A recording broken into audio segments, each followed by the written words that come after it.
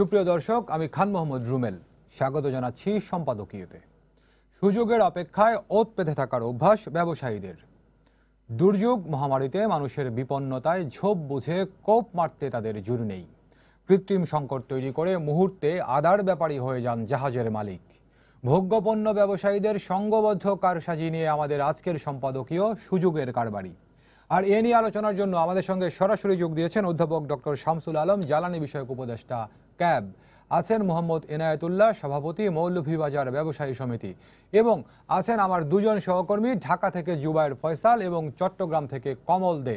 দর্শক, আপনারা ওই আলোচনায় সরাসরি অংশ নিতে পারবেন। এজন্য টেলিভিশনের পর্দায় দেওয়া নম্বরে ফোন করতে হবে। এছাড়া ফেসবুকের মাধ্যমে আপনাদের মন্তব্য পাঠাতে পারেন। আলোচনা শুরুর আগে দেখে নেব এখনকার প্রধান শিরোনামগুলো। স্বাস্থ্য খাতে সিন্ডিকেটের অভিযোগ অতিরঞ্জিত, দাবি মন্ত্রীর। করোনার 4 মাসে দুর্নীতি তদন্তে কমিটি মাত্র একটি, শিগগিরই দুদকের রিপোর্ট। করোনার ভ্যাকসিন আবিষ্কারের দাবি গ্লোব বায়োটেকের। 8 সপ্তাহের মধ্যে মানবদেহে ক্লিনিক্যাল ট্রায়াল, একদিনে সর্বোচ্চ শনাক্ত 4019, আরও 38 জনের মৃত্যু। রাষ্ট্রায়ত্ত পাটকল শ্রমিকদের শতভাগ পাওনা পরিশোধের নির্দেশ প্রধানমন্ত্রীর। 2 লাখ টাকার ক্ষেত্রে পুরোটা দেয়া হবে নগদ, এর বেশি হলে অর্ধেক দেয়া হবে সঞ্চয়পত্রে। ভার্চুয়াল সংবাদ সম্মেলনে সাংবাদিকদের প্রশ্নে উত্তেজিত বিএনপি মহাসচিব মির্জা ফখরুল। বাজেটের কপি ছেঁড়া, সংসদ অবমাননা, মন্তব্য ওবায়দুল কাদেরের। এবং রাজধানীতে বিনা নোটিশে ভাড়া বাড়ি থেকে শিক্ষার্থীদের উৎখাত, গ্যারেজ ও ডাস্টবিনে ফেলে দেওয়া হয় সার্টিফিকেট, কঠিন সংগ্রামে ভাসমান মানুষ। দর্শক, শিরোনাম দেখছিলেন, মূল আলোচনায় যেতে চাই। বলছি আজকে আমাদের আলোচনার শিরোনাম সুযোগের কারবারি। শুরুতে জানিয়েছি আমাদের দুজন সহকর্মী আমার সঙ্গে যুক্ত রয়েছেন। প্রথমে বলতে চাই আমাদের সহকর্মী জুবায়ের ফয়সাল, এই যে ভোগ্যপণ্যের দাম বাড়ে, কেন বাড়ে, এর পেছনে কারা রয়েছে, কাদের কারসাজি রয়েছে, এসব বিষয় নিয়ে একটি প্রতিবেদন তৈরি করেছেন। সেই প্রতিবেদনটি দেখে আমরা মূল আলোচনায় যাব।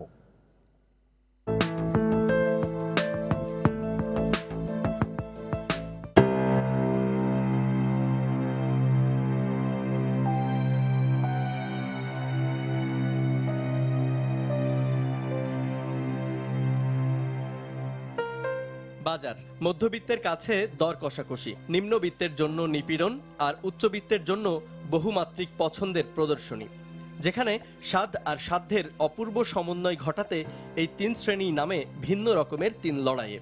আমার কাছে মনে হচ্ছে যেন সিন্ডিকেটটা যেমন এই যে খাতুনগঞ্জ, মৌলভীবাজার, এরা দুইটাই জড়িত আছে। এই 2 জায়গা থেকে সিন্ডিকেটটা তৈরি হচ্ছে। আমাদের উপর তো মনে করেন যে ওই যে পাড়ায় পুতায় ঘষাঘষি মসজিদের দশা শেষ, আমরা তো পাবলিক, আমাকে তো দফা শেষ। কাস্টমার মনে করে আমরা দাম বেশি, কিন্তু আসলে আমরা দাম বেশি নিচ্ছি না, দাম কিন্তু আমাদের জায়গার থেকে দাম বাড়তি কিনা হবে। যারা এই কাজটা করে এরা কিন্তু ব্যবসায়ী না, এরা হচ্ছে 2-1 জন ব্যক্তি যারা নিজেদের, অর্থাৎ এটাকে কি বলে, মধ্যস্বত্বভোগী বলতে পারেন।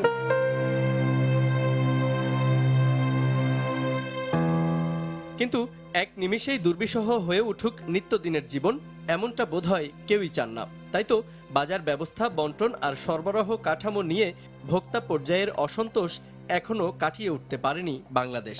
একটা অদৃশ্য শক্তির হাতে জিম্মি দেশের নিত্যপণ্যের বাজার। যখনই যে পণ্যের চাহিদা বাড়ে, হয় তার সরবরাহে টান পড়ে, নয়তো তার দাম হয়ে যায় অস্বাভাবিক বেশি। যুগের পর যুগ নাগরিকদের দেখতে হচ্ছে ব্যক্তিকেন্দ্রিক এই সীমাহীন নৈরাজ্য। মুনাফার অতিলোভ আর রাজনৈতিক দুর্বৃত্তায়ন মিলেমিশে শাসন করছে ভোক্তার ইচ্ছা অনিচ্ছাকে।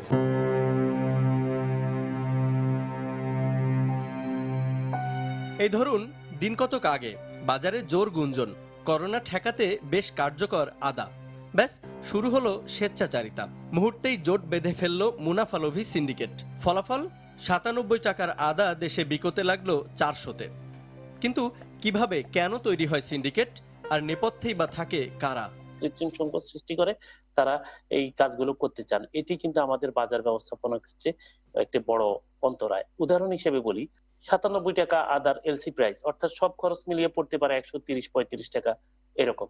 সেখানে ব্যবসায়ীরা, চট্টগ্রামের যারা আমদানিকারক, তারা ঢাকায় বলে দিচ্ছিলেন শ্যামবাজারে যে 245 টাকা করে বিক্রি করো। তো শ্যামবাজার আমরা যখন ধরলাম, তাদের কাছে কাগজপত্র চাইলাম, তাদের ক্রয়ের ভাউচার যখন তাদের কাছে দেখতে চাইলাম, তারা দেখাতে পারে নাই।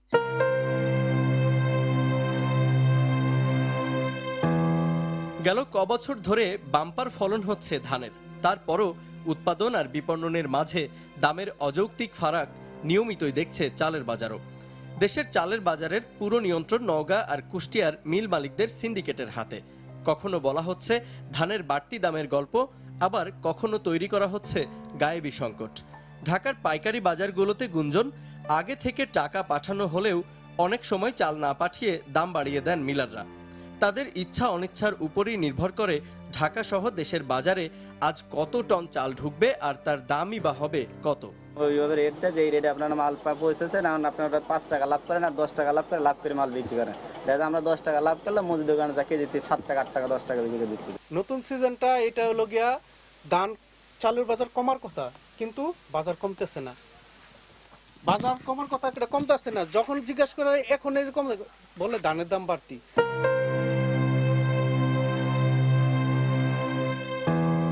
কদিন পরই কোরবানি, এর আগেই ভিন্ন রকমের কারসাজি চলল মশলার বাজারে। খোঁজ নিয়ে জানা যায় দেশের মশলার বাজারের প্রথম নিয়ন্ত্রক চট্টগ্রামের খাতুনগঞ্জ। আমদানির পর সেখান থেকেই যা পাঠানো হয় ঢাকার মৌলভীবাজারে, আর এখানেই নির্ধারণ হয় বাজার দর। 3 সপ্তাহ আগেই প্রতি কেজি এলাচের দাম উঠল 6,000 টাকা পর্যন্ত। 2 সপ্তাহ পর এসে তা কিছুটা কমিয়ে আনা হলো 4,000-এ, অথচ 1 মাস আগে তার দর ছিল 2,000 টাকারও নিচে। চওড়া গলায় বলা তো গেল কমতির দিকেই বাজার। ইন্টারন্যাশনাল মার্কেট খুবই দিন দিন আপনার নিচের দিকে যাচ্ছে, সেই ধারাবাহিকতা পাইকারি পর্যায়ে দাম কম। হাতের 5 টাকা যেমন সমান না, তেমন ব্যবসায়ীরাও সমান না। কিছু কিছু থাকতেই পারে, তবে এখানে ঢালাও ভাবে সব ব্যবসায়ীকে বলা যাবে না। এটা 2800 টাকা আছে, 3200 টাকা আছে, সবচেয়ে বেশিটা কত দাম? এটা 3200 টাকা।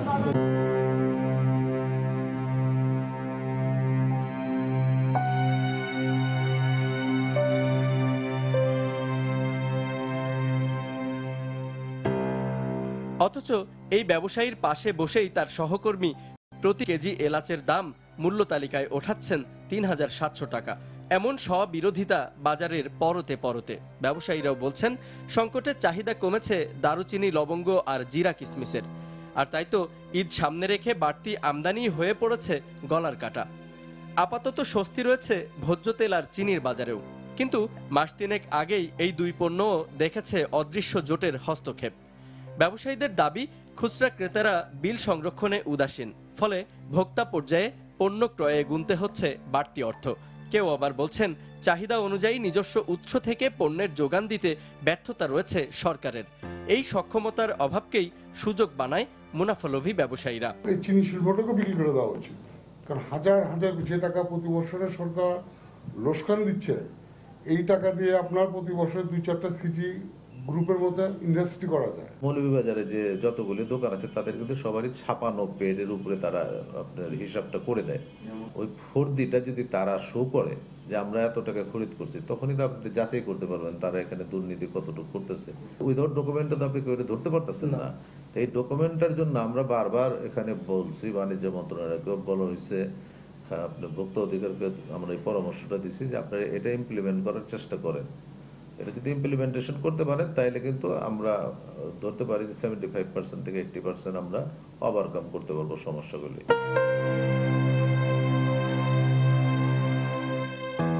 নিকট অতীতে পেঁয়াজের বাজারে সিন্ডিকেটের হস্তক্ষেপের টাটকা নমুনা দেখেছে দেশের মানুষ। তার উপর করোনা সংকটে কমেছে মানুষের আয় আর ভোগের পরিমাণও। ফলে কোরবানি সামনে রেখে বিপুল পরিমাণ আমদানি করা হলেও বাজারে বিক্রি কম পেঁয়াজ, রসুন আর আদার। আন্তর্জাতিক বাজারে দাম বাড়লে দেশে তার প্রভাব পড়তে সময় লাগে না একদমই, কিন্তু সেখানে যদি কোনো পণ্যের দাম কমে তার প্রভাব কখন আসে কেউ জানে না। এর সঙ্গে রয়েছে দেশীয় উৎপাদন আর বিপণন কাঠামোর সমন্বয়হীনতা, আর এরই সুযোগ নেয় এমন কিছু লোক বাজারে যাদের থাকে না কোনো ধরনের পুঁজি কিংবা বিনিয়োগ। সংকটে আয়ের সঙ্গে ব্যয়ের সামঞ্জস্য করতে গিয়ে রীতিমতো হিমশিম খাচ্ছে প্রান্তিক পর্যায়ের ভোক্তারা। কিন্তু জনমনে বাজার কেন্দ্রিক স্বস্তি ফেরাতে কি করছে সরকার? আছে কোনো চমক? আগামী দিনে যেন কেউ এই যে কৃত্রিম সংকট সৃষ্টি না করতে পারে সেজন্য একটা ক্যালেন্ডার করা হচ্ছে। এই ক্যালেন্ডারটা হচ্ছে নিত্য প্রয়োজনীয় কয়েকটি পণ্য, ধরুন পেঁয়াজ, আদা বা এই জাতীয় পণ্যগুলো। এখানে এটি আমরা দেখার চেষ্টা করছি মন্ত্রণালয় থেকে এইভাবে যে আমাদের ডিমান্ড কত, অর্থাৎ চাহিদা কত, আমাদের দেশে উৎপাদন কতটুকু হয়, আমাদের ঘাটতি কত থাকে। বাজারে স্থিতিশীল চাউলের দাম না থেকে হঠাৎ করে বেড়ে যাচ্ছে। আমার মনে হয় এইটা শোভনীয় নয়। কুষ্টিয়ার থেকেই কোনো একটি গ্রুপ নাকি দামটা মিলের থেকেই বস্তা পিছে বা কেজি পিছে বাড়ায় দেয়। এখানে ঢাকার যারা আড়তদার সমিতি আছে তাদের সাথে কথা বলে, আমরা ব্যবসায়ীদের সাথে যুক্ত হয়ে আমরা কথা বলে দেখেছি যে তারা বলে যে মিল গেট থেকেই দাম আমাদেরকে বাড়িয়ে দিয়েছে, আমরা কি করব।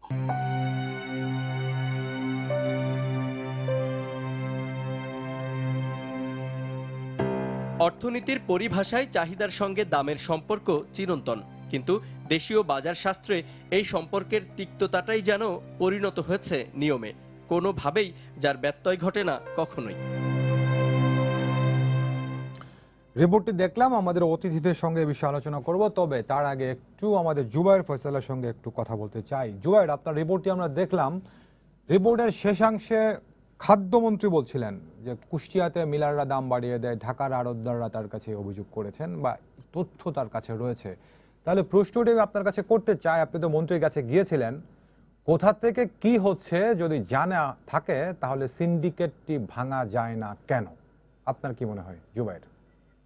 এখানে একটা বিষয় খুবই, আপনাকে ধন্যবাদ, যে বিষয়টি আমরা কথা বলছিলাম যে রিপোর্টে আমরা যেমনটি দেখেছি যে সিন্ডিকেটের কথা বলা হচ্ছে। সিন্ডিকেট শব্দটা একটু নেতিবাচক প্রচারণার অর্থে ব্যবহৃত হয়, কারণ বাংলাদেশের বাজার ব্যবস্থা বরাবরের মতোই সেই আদিকাল থেকেই এক ধরনের মুনাফা অর্জন কেন্দ্রিক হয়ে গেছে।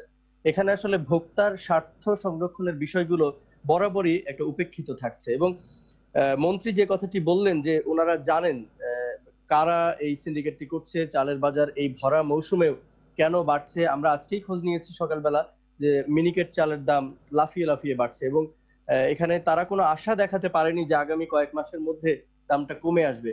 আপনি দেখেন সরকারের একটা দুর্বলতা আমরা দেখতে পাচ্ছি এখানে। সরকার যাচাই না করে যে আসলে আমাদের বাৎসরিক চাহিদা কত, বাৎসরিক উৎপাদন কত, উৎপাদনের ক্ষেত্রে দেশীয় কনজাম্পশন কত, সেটা নির্ধারণ করেই সরকার কিন্তু রপ্তানি চিন্তা করবে। তা না করে নতুন মৌসুমে চাল যখন একটা বাম্পার ফলন হলো, সরকারের পক্ষ থেকে একটা ঘোষণা দেওয়া হলো যে চাল, উদ্বৃত্ত চাল সরকার রপ্তানি করবে। তো এই ঘোষণার কারণে কিন্তু বাজারে এক ধরনের নেতিবাচক প্রভাব পড়েছে, এবং ব্যবসায়ীরা এটির একটি সুযোগ নিয়ে তারা কিন্তু চালের দাম বাড়িয়ে দিয়েছে। যদি রপ্তানি করাও যায় সেক্ষেত্রে যেন বাড়তি টাকায় তারা রপ্তানি করতে পারেন।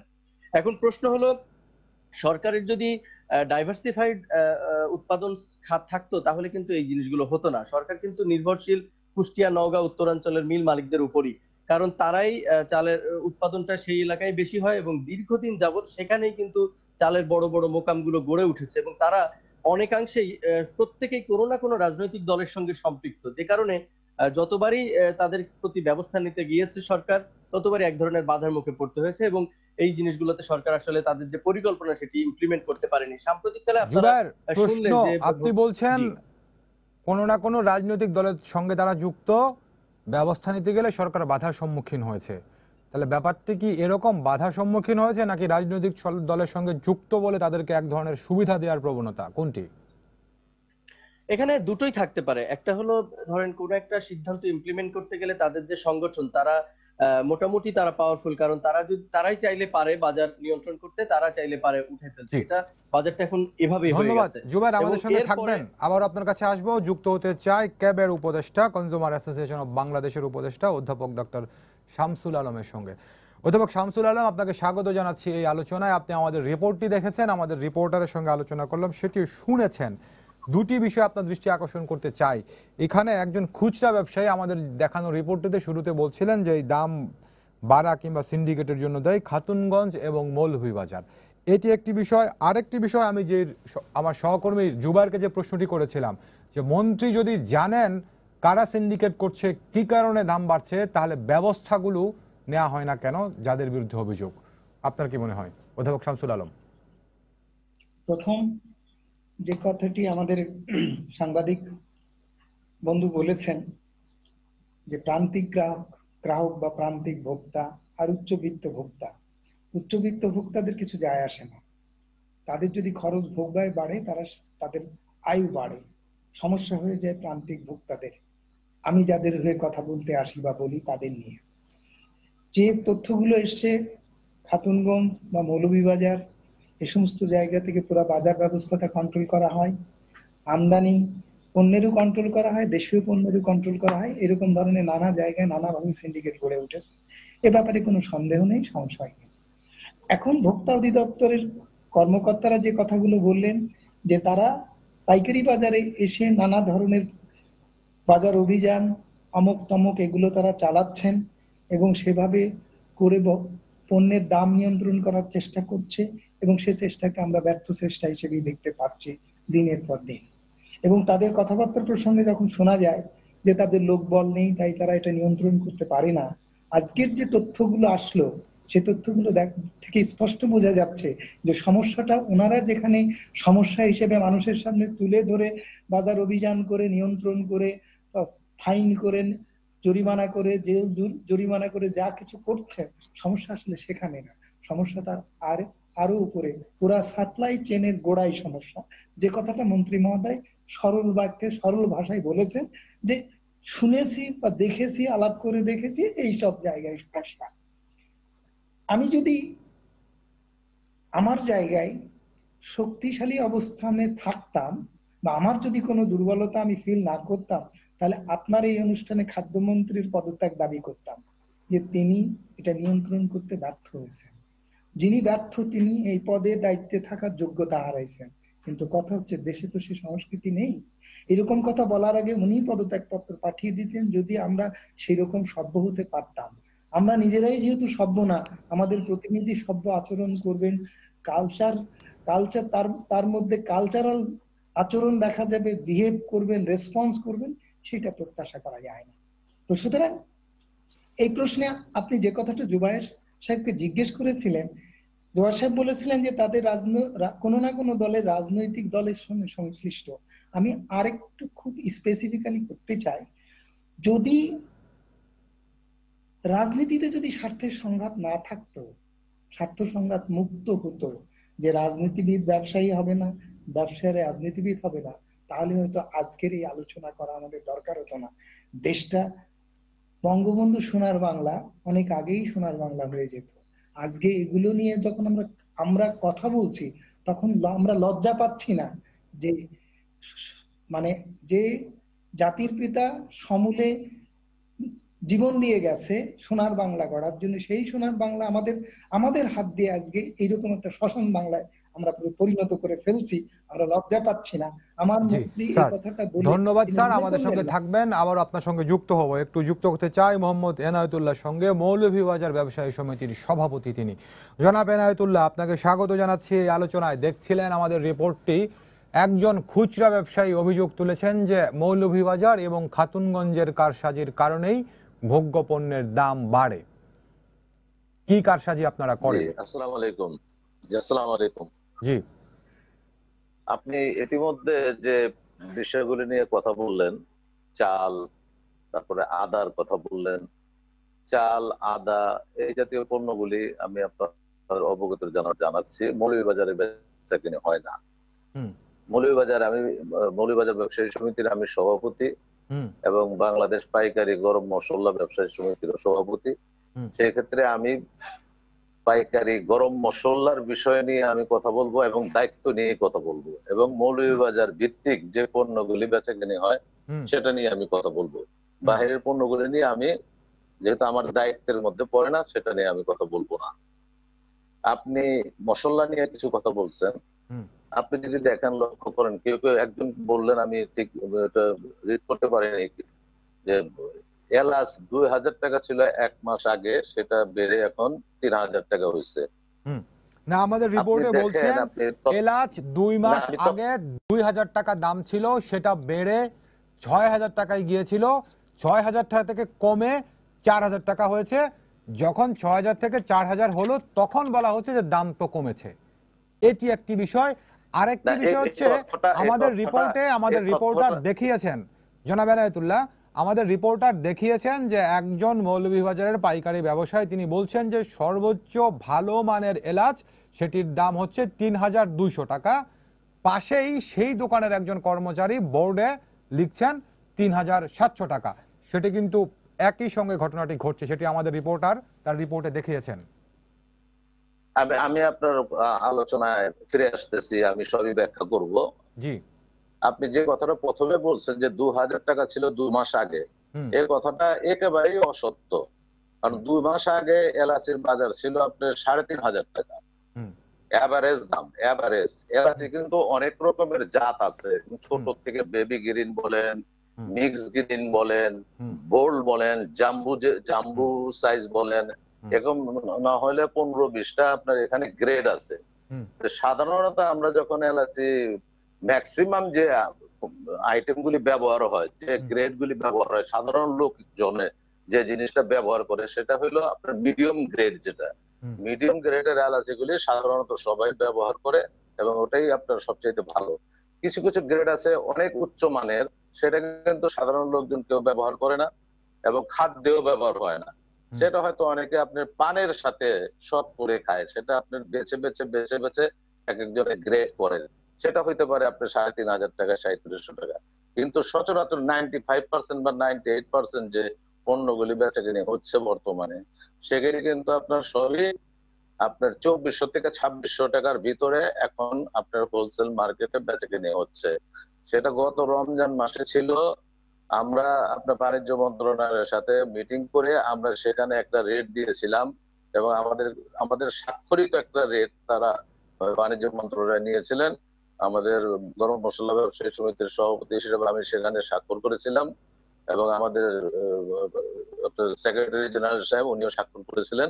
সেখানে আমরা এলাচির মূল্য দিয়েছিলাম 3000 থেকে 3200 এবং জিরার দাম দিয়েছিলাম আপনার 220 থেকে, ইন্ডিয়ান জিরা যেটা সেটার কথা বলতেছি আমি, 220 থেকে 250 টাকা এবং আপনার দারচিনি দিয়েছিলাম 320 থেকে 350 টাকা এবং আপনার লবঙ্গ দিয়েছিলাম 720 থেকে 750 অর্থাৎ টাকা। আপনি বলছেন যে দামগুলো আপনারা দিয়েছেন সেই দামগুলো যৌক্তিক? অবশ্যই যৌক্তিক। আমরা সেটা ধন্যবাদ আপনাকে। আমি একটু আমার সহকর্মী জুবাইরের সঙ্গে যুক্ত হব। আমরা সেটা জি ধন্যবাদ জুবাইর।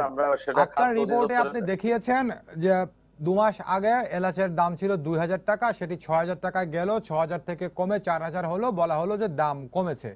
কিন্তু মৌলভীবাজার ব্যবসায়ী সমিতির সভাপতি এবং গরম মশলা পাইকারি গরম মশলা সমিতির সভাপতিও তিনি বলছেন যে বছরের মধ্যে ছিল না, ওটা আপনার ছিল কালো এলাচ, যেটা আপনার কাচ্চি বিরিয়ানিতে ব্যবহার হয়, কালো এলাচ যেটা। আমি জুবাইর আপনার উত্তরটা শুনতে চাচ্ছি, আসলে কি তাই?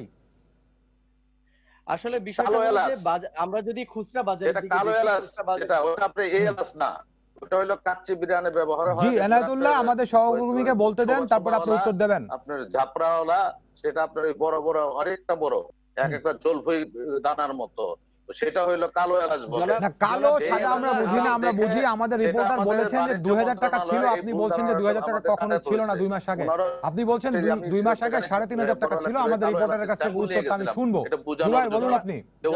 জনাব এনায়েতুল্লাহ ওখানে কনফিউশন হয়ে গেছে, ওটা কনফিউশন হয়ে গেছিল। তো বড় এলাচিটার দাম দেখে ওনারা এলাচির দামটা আপনার করছেন, কিন্তু ওটা এই এলাচি না। এজন্য এলাচির দাম যখন আপনার মার্কেটিং যাচাই বাছাই করতে হবে, এলাচির কতগুলি গ্রেড আছে, কোয়ালিটি আছে, সেটা কিন্তু জানতে হবে। না জানলে কিন্তু আপনার একটা ভুল রিপোর্ট হয়ে যাবে। আমি জি আমরা আমাদের রিপোর্টারের ব্যাখ্যাটা শুনি, তারপরে আপনার বক্তব্য শুনবো জনাব এনায়েতুল্লাহ। জি বলুন জুবাইর।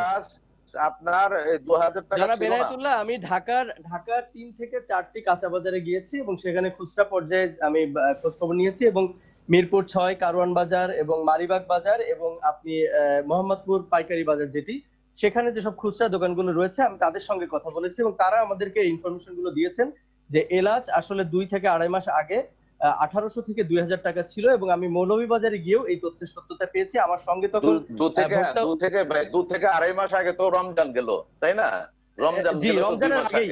রমজানের মাসে তো আমরা আপনার বাণিজ্য মন্ত্রণালয় বলেন, তারপর ভোক্তা অধিকার বলেন, ওনাদের সবার সাথে মিটিং করে আপনি তো বললে তো হবে না, এটা তো বললে তো হবে না, পারফেক্টলি কথা বলতে হবে, আপনার সত্য কথা বলতে হবে। আপনি আমাকে সুযোগ দিলেই আমি ব্যাখ্যা করতে পারতাম। আমার সঙ্গে ভোক্তা অধিকার, আপনার তথ্যটা ভুল, আপনার রিপোর্টটা ভুল, আপনার ব্যবসায়ীরাই তাহলে করতে হবে। জি ধন্যবাদ জুবাইর এবং জনাব এনায়েতুল্লাহ, দুজনে আমাদের সঙ্গে থাকবেন। আমরা একটু চট্টগ্রামে আমাদের সহকর্মী আরেকটি রিপোর্ট তৈরি করেছেন, যেটি বলা হচ্ছিল যে মৌলভীবাজার এবং খাতুনগঞ্জ। তো খাতুনগঞ্জ থেকে কি রিপোর্ট এনেছেন আমাদের সহকর্মী কমল দে, সেটি আমরা দেখব।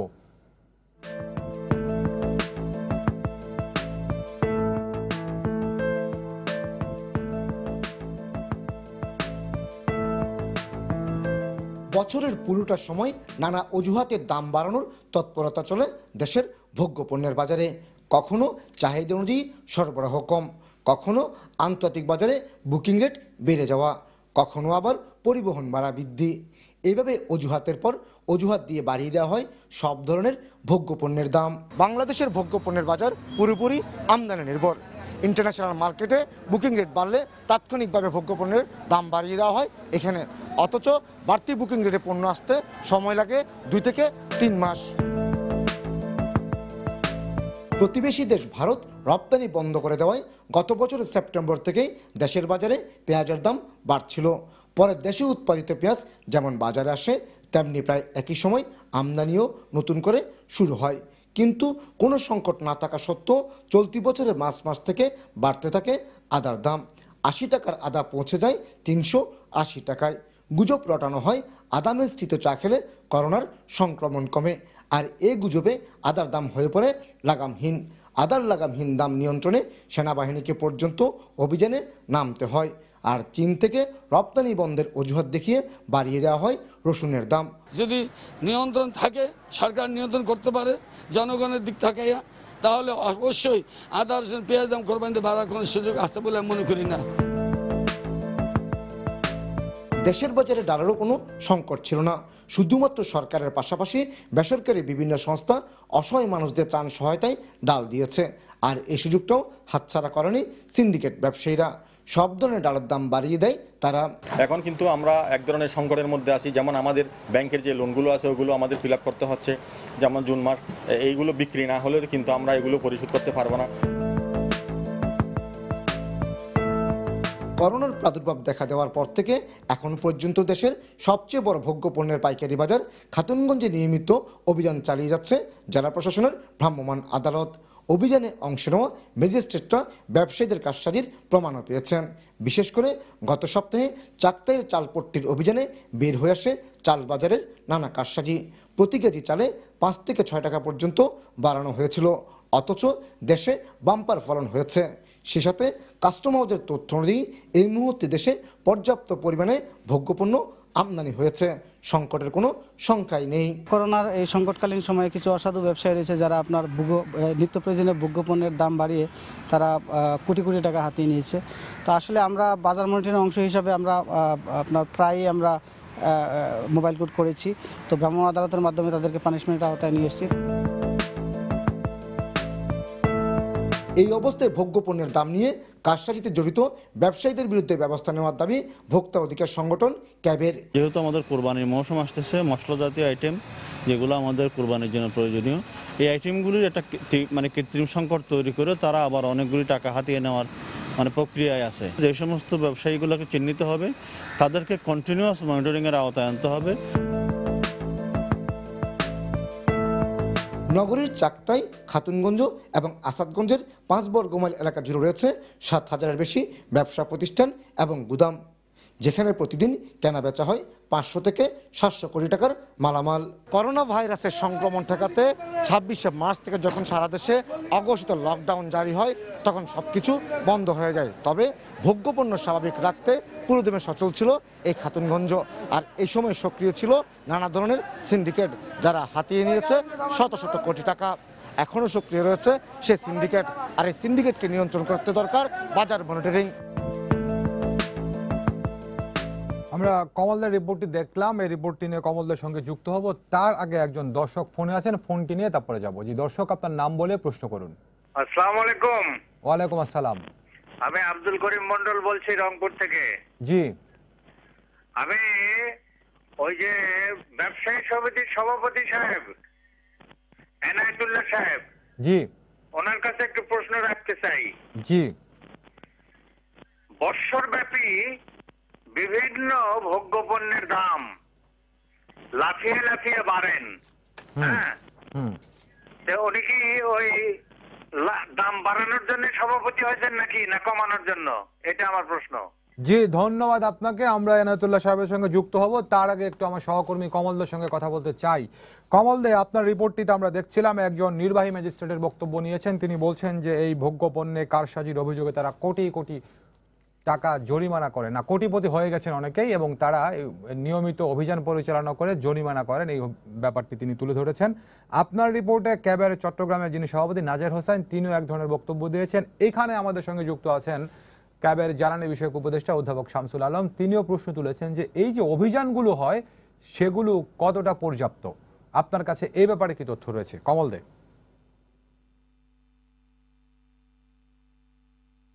রোগী শনাক্ত হয় জানুয়ারি বা ফেব্রুয়ারি থেকে কিন্তু করোনা রোগীর সংখ্যা একটা আশঙ্কা করা হচ্ছিল, আর তখনই দাম বাড়তে শুরু করে। আমি যদি একটা তথ্য বলি, গত 4 মাসে খাতুনগঞ্জের ব্যবসায়ীরা 1000 কোটি টাকার বেশি হাতিয়ে নিয়েছে, তার সে তথ্যটি কোনো ক্রমে ভুল হবে না। যেখানে 50 টাকার পেঁয়াজ হয়ে গেছে 120 টাকা, 80 টাকার আদা 380 টাকা। আমি একটা উদাহরণ দিই, যখন সেনাবাহিনী এবং ম্যাজিস্ট্রেট আদার বাজারে অভিযান চালাতে যায়, তারা একটি ব্যবসা প্রতিষ্ঠানে ঢুকে সেখানে জিজ্ঞেস করেছিল আপনি কত টাকা লাভ করেছেন। সে ব্যবসায়ী অপরাধে স্বীকার করেছে তিনি 10 দিনে 10 লাখ টাকা বাড়তি আয় করেছেন। আরেকটি গুদাম তিনি উদ্ধার করেছেন, জব্দ করেছেন ম্যাজিস্ট্রেট এবং সেনাবাহিনী। সেখানে একটি ছিল পান সুপারি ব্যবসায়ী, তিনি তার গুদামের মধ্যে আদা মজুত করে রেখেছেন।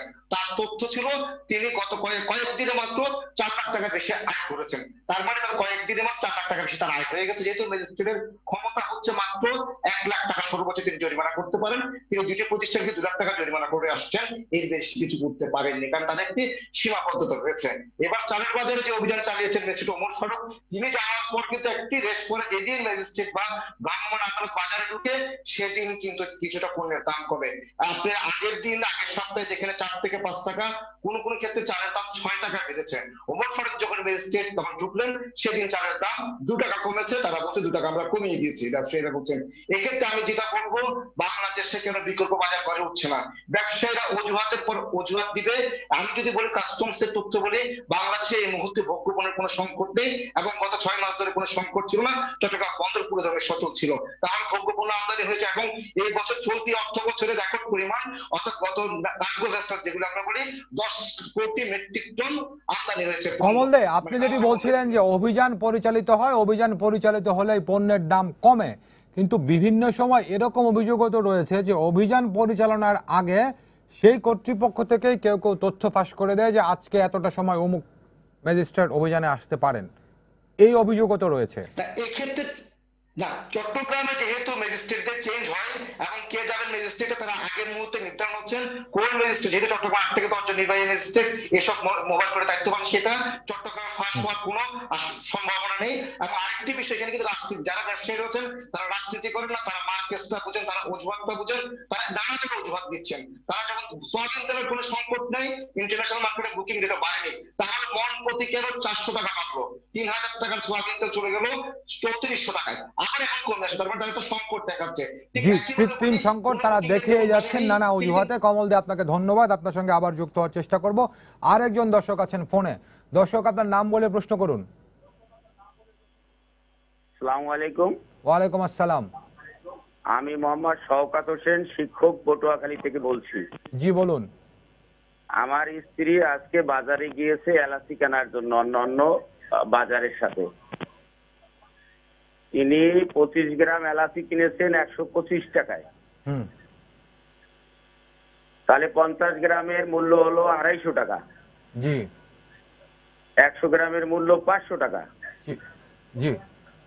তো সম্মানিত সভাপতি সাহেব বলেছেন জি, তাহলে 1 কেজির দাম 5000 টাকা দাঁড়ায়। জি, ধন্যবাদ সম্মানিত দর্শক, আমরা উত্তর নেওয়ার চেষ্টা করব। জনাব এনায়েতুল্লাহ, এই ফোনটি যে দর্শক করেছেন পটুয়াখালী থেকে একজন শিক্ষক, তিনি বলছেন যে 25 গ্রাম কিনেছেন 125 টাকায়, সেই হিসাবে 1 কেজির দাম দাঁড়ায় 5000 টাকা। এর আগে রংপুর থেকে আরেকজন দর্শক একটি প্রশ্ন করেছিলেন, সেটিও নিশ্চয়ই আপনি শুনেছেন। দুটি প্রশ্নের উত্তর আপনার কাছ থেকে চাই। জি, প্রথমে আমি বলতেছি আপনার, আমি পাইকারি বাজারের নিয়ন্ত্রক, আমি মৌলভীবাজার ব্যবসায়ী সমিতির সভাপতি প্লাস বাংলাদেশ পাইকারি গরম মশলা ব্যবসায়ী সমিতির সভাপতি। আমি পাইকারি পর্যায়ে বেচাকেনি করি, পাইকারি পর্যায়ে আমি কন্ট্রোল করি। এই জন্য আমি সরকারকে সুপারিশ করছি এবং আপনাদের চ্যানেলে কালকে আমার একটা সাক্ষাৎকার নিয়েছিলেন, সেখানে আমি দৃঢ়তার সাথে অনুরোধ করছি। এই সাক্ষাৎকারটা আপনার অবশ্যই একটু আগে এখানেও দেখাইছেন, সেখানে আপনি দেখবেন আমি বলছি যে আপনারা যে পাইকারি পর্যায়ে থেকে যে খুচরা পর্যায়ে যে কেনা বেচাটা হয় সেখানে যে ক্যাশ মেমো অথবা 4D যেটা আমরা দিয়ে থাকি পাইকারি বাজার থেকে হিসাব করার সময় যে আমরা একটা ডকুমেন্ট দিই, সেই ডকুমেন্টটা আপনারা দয়া করে চার্জ করবেন যে আপনি কত টাকা কিনেছেন, যে কত টাকা কিনেছেন, এবং সরকার যেহেতু এটা নির্ধারণ করেন নাই কত পার্সেন্ট প্রফিট খুচরা পর্যায়ে করবে, কত টাকায় কিনেছেন সেটা দেখলে অন্তত আপনারা বুঝতে পারবেন তার কতটুকু প্রফিট করা উচিত। উনি যদি 2000 টাকা বা 4000 টাকা কিনে যদি 5000 টাকা বিক্রি করেন, 3000 টাকা কিনে যদি 5000 টাকা বিক্রি করেন, এটা অবশ্যই ন্যায়সঙ্গত না, এটা আমাদের কাম্য নয়। কিন্তু এখন জনাব এনায়েতুল্লাহ, খুচরা ব্যবসায়ী যিনি আপনাদের কাছ থেকে ডকুমেন্টারি ধরতে হবে। জি জনাব এনায়েতুল্লাহ, খুচরা ব্যবসায়ী যিনি আপনারা যারা পাইকারি ব্যবসায়ী তাদের কাছ থেকে কিনে নিচ্ছেন তাদের ডকুমেন্ট দেখার কথা আপনি বলছেন। পাশাপাশি কেউ যদি বলে যারা আমদানি করেন সরাসরি সে খাতুনগঞ্জ থেকে মৌলভীবাজার আসে, তো আমদানিকারকরা কত টাকায় কিনেছেন আর কত টাকায় বিক্রি করছেন সেই কাগজও কি দেখার অধিকার ভোক্তার রয়েছে কিনা? হ্যাঁ, অবশ্যই দেখার অধিকার আছে, আমরা তো সেটা নিয়ে আলোচনা করি। ভোক্তা অধিকারে আমরা তো আপনার রমজান মাসে ভোক্তা অধিকার যখন বা অন্য কোন সংস্থা থেকে যখন অভিযানে যায় তখন হয়তো দেখান, কোন ভোক্তাকে আপনারা দেখাবেন চাইলে বা দেখান। এবং হ্যাঁ, বাণিজ্য মন্ত্রণালয়ে আমরা মিটিং করেছি, আপনার অবশ্যই আমরা দেখাবো। আপনি আসেন, কবে দেখবেন বলেন, আপনি আসেন। না, আমি বলছি সাধারণ ক্রেতা, খুচরা পর্যায়ের ব্যবসায়ী যিনি আপনার কাছ থেকে কিনবেন তাকে কি আপনারা দেখান? তিনি চাইলে কি আপনারা দেখতে দেবেন তাকে কাগজটি আপনারা কততে কিনেছেন, কততে আমদানি করেছেন? না, উনি যদি আমার কাছে ডকুমেন্ট চান, এখন মনে করেন আমি 100 টন 100 টন জিরা একসাথে কিনলাম, আমার ডকুমেন্ট তো 100 টনের। কেউ যদি আমার কাছ থেকে আপনার 1 বস্তা কিনে 25 কেজি, সেখানে তো আমার অরিজিনাল ডকুমেন্ট আমি দিতে পারবো না। কারণ বাজারের খুচরা ব্যবসায়ী কিন্তু আপনাদেরকে দোষারোপ করেছেন, বলেছেন যে খাতুনগঞ্জ এবং মৌলভীবাজারের কারণে দাম বাড়ে। আমি তো সেই জন্যই বললাম ডকুমেন্টারি ধরতে হবে। আমি মুখে মুখে তো আপনাকে আমি দোষারোপ করতে পারবো, আপনি আমাকে করতে পারবেন, কিন্তু আপনি যদি আমার ডকুমেন্টারি ধরেন তখন কিন্তু ধন্যবাদ জনাব এনায়েতুল্লাহ, আপনাকে ধন্যবাদ। যুক্ত হতে চাই অধ্যাপক ডক্টর শামসুল আলমের সঙ্গে। অধ্যাপক শামসুল আলম, শুনছিলেন আপনি যে পাইকারি ব্যবসায়ী বলছেন যে খুচরা ব্যবসায়ীরা হয়তো কম দামে কিনে বেশি দামে বিক্রি করেন, খুচরা ব্যবসায়ী বলছেন যে পাইকারি ব্যবসায়ীরা বেশি দামে বিক্রি করেন, সে কারণেই আমরা বেশি দামে ক্রেতাকে দিতে বাধ্য হই। তো এই হচ্ছে আমাদের চেইন। জি এনায়েত সাহেব, আপনি একটি জিনিস বলেন যে আমদানিকৃত পণ্যের বাজার কি বাজার নিয়ন্ত্রণ করে? হ্যাঁ বা না বলে। আমদানিকৃত পণ্যের মূল্য কি বাজার নিয়ন্ত্রণ করে, না আপনারা নিয়ন্ত্রণ করেন, না সরকার নিয়ন্ত্রণ করে? প্রশ্নটা বুঝতে পারিনি, আরেকবার করবেন। আমদানিকৃত পণ্য যখন বাজারে আসে আমরা কিনি, সেই মূল্যটা আপনারা নিয়ন্ত্রণ করেন, না সরকার নিয়ন্ত্রণ করে, না বাজার প্রতিযোগিতার মাধ্যমে বাজারে নির্ধারণ হয়? প্রতিযোগিতার মাধ্যমে বাজারে নির্ধারণ হয়। বাজার নিয়ন্ত্রণ করার সক্ষমতা কারণে আপনি সঠিক বলেননি। আপনি বলে গেছেন যে আমরা নিজেরা বাণিজ্য মন্ত্রণালয়ে বসে নির্ধারণ করে দিছি 20-30 টাকা থেকে 32 টাকা, 720 টাকা থেকে 750 টাকা। আপনি নিজে কিছুক্ষণ আগে বলেছেন যে বাণিজ্য মন্ত্রণালয়ের সঙ্গে বসে আমরা ঠিক করে। আমি তো বলছি, কিন্তু পুরো কথাটা মনে হয় আপনি বোধহয় আমার পুরো কথাটা শুনেন নাই। আমি বলছি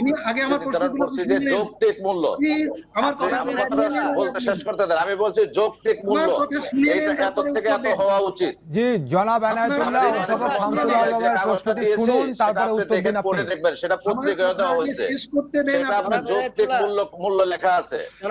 যৌক্তিক মূল্য এত থেকে এত হওয়া উচিত। শোনেন, কারো ক্ষমতা নাই পৃথিবীতে বাজার নিয়ন্ত্রণ করে,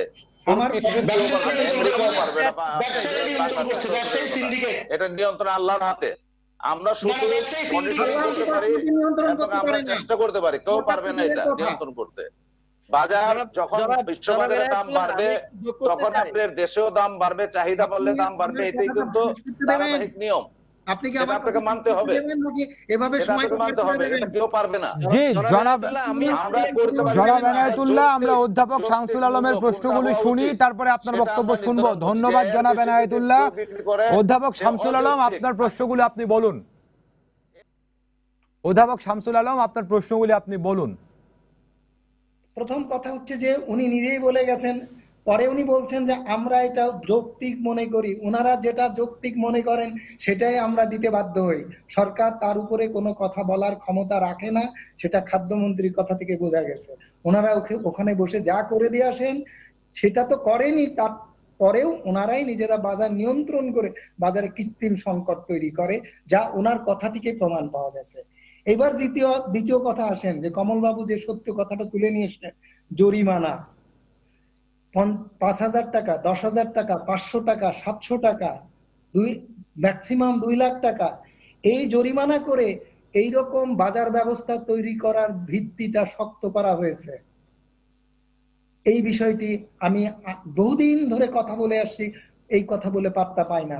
এই সমস্ত সংস্থাগুলোর হাতে এরকম একটা ক্ষমতা দিয়ে একদিকে রাষ্ট্রের রেভিনিউ বাড়তেছে, আর একদিকে বাজারের বিশৃঙ্খলা বাড়তেছে, বাজারের এই অব্যবস্থা বাড়তেছে। আমি মনে করি বাণিজ্য মন্ত্রণালয় সরকারকে এই অবস্থাটা রিভিউ করা দরকার। 2 নম্বর হচ্ছে যে দাম নির্ধারণের ক্ষেত্রে যে কি নীতিমালা আছে সেই প্রশ্নটা আগে আসুক। কস্ট প্লাস যে মূল্যে আমদানি হয়, যেহেতু পণ্য বা মূল্য বাজার নিয়ন্ত্রণ করে না, আমদানিকারকদের লাইসেন্স প্রতিযোগিতামূলকভাবে দেওয়া হয় না, কোনো মানদণ্ডে দেওয়া হয় তা কোনো স্পষ্ট না। সুতরাং এই বাজারের নিয়ন্ত্রণ সরকারকে আইনগতভাবে নিয়ন্ত্রণ করতে হবে। আমদানিকৃত পণ্য যে দামে কেনা হয় তা কোনো সংস্থার কাছে ডিক্লারেশন থাকতে হবে। সেই সংস্থাটা সরকারি কর্মচারীদের করতে গেলেই দেখা যাবে যে সেখানে আবার দুর্নীতি ঢুকবে। যে বাজার অভিযান কবে হবে তার আগেই অলরেডি বাজারে চলে যায়। বাজার অভিযান যখন খুব বেশি জোরে সরে হয় তখন বাজারে কৃত্রিম সংকট আরো বাড়ে, আরো পণ্যের মূল্য বাড়ে, আরো আমাদের ভোগান্তি বাড়ে, আরো আমাদের ভোগ ব্যয় বাড়ে। তার মানে আমরা এই প্রক্রিয়ার মধ্যে দিয়ে আরো নিপীড়িত হই, আরো শোষিত হই, আরো বঞ্চিত হই। সরকারি কর্মচারীদের হাত থেকে আমাদের বাঁচাতে হবে।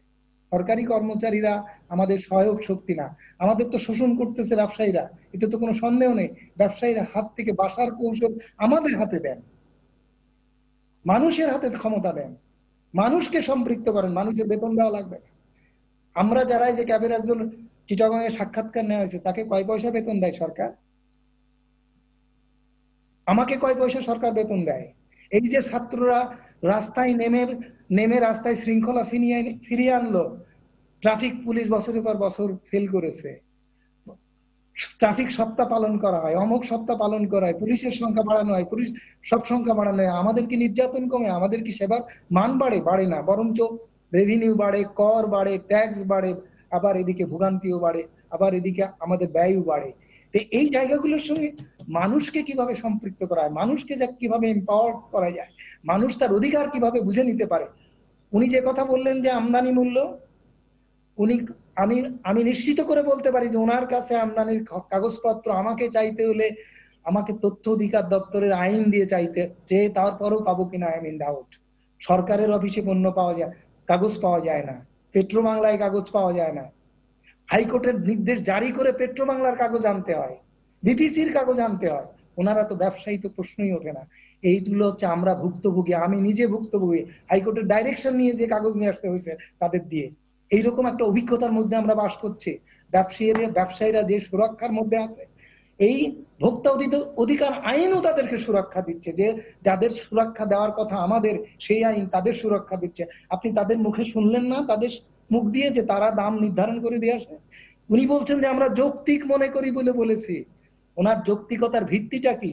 উনি যে 720 টাকা বলে আসলেন, উনি কি কখনো বলেছে যে আমার আমদানি ভাই এত শুল্ক দেয়, এত ভ্যাট দেয়, এত এগুলো অ্যাড হওয়ার পরে আমার সাপ্লাই কস্ট পড়ে অত, আমি তারপরে এতটুকু মুনাফা রাখি, এই মুনাফা হচ্ছে আমার সৎ ব্যবসায়ের মুনাফা, এই মুনাফা ভোক্তাকে দিতে হবে।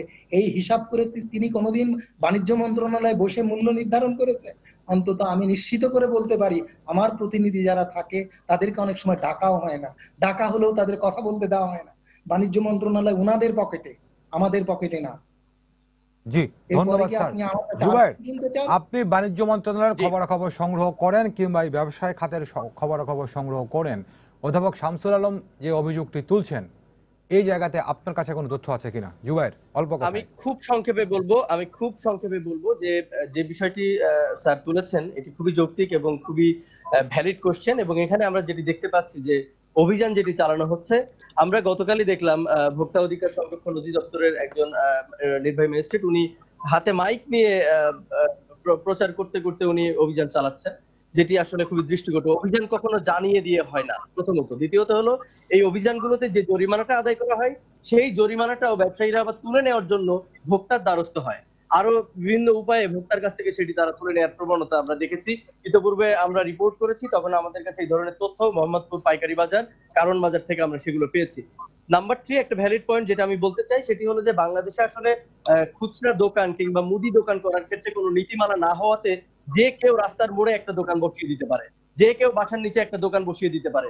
এই সব দোকানগুলোকে ইন্সপেকশনের আওতায় আনা কিংবা একটা অভিযানের আওতায় আনা কিংবা সবসময় একটা তদারকির মধ্যে আনা, এটা আসলে সরকারের পক্ষেও কঠিন এবং যারা ব্যবসায়ী নেতারা, ব্যবসায়ী সংগঠনগুলো রয়েছে তাদের পক্ষেও কিন্তু কঠিন। জি, ব্যবসায়ী ধন্যবাদ নেতারা যে জনাব এনায়েতুল্লাহ, আমরা শেষের দিকে আছি, আপনি শেষ কথা যদি বলতে চান।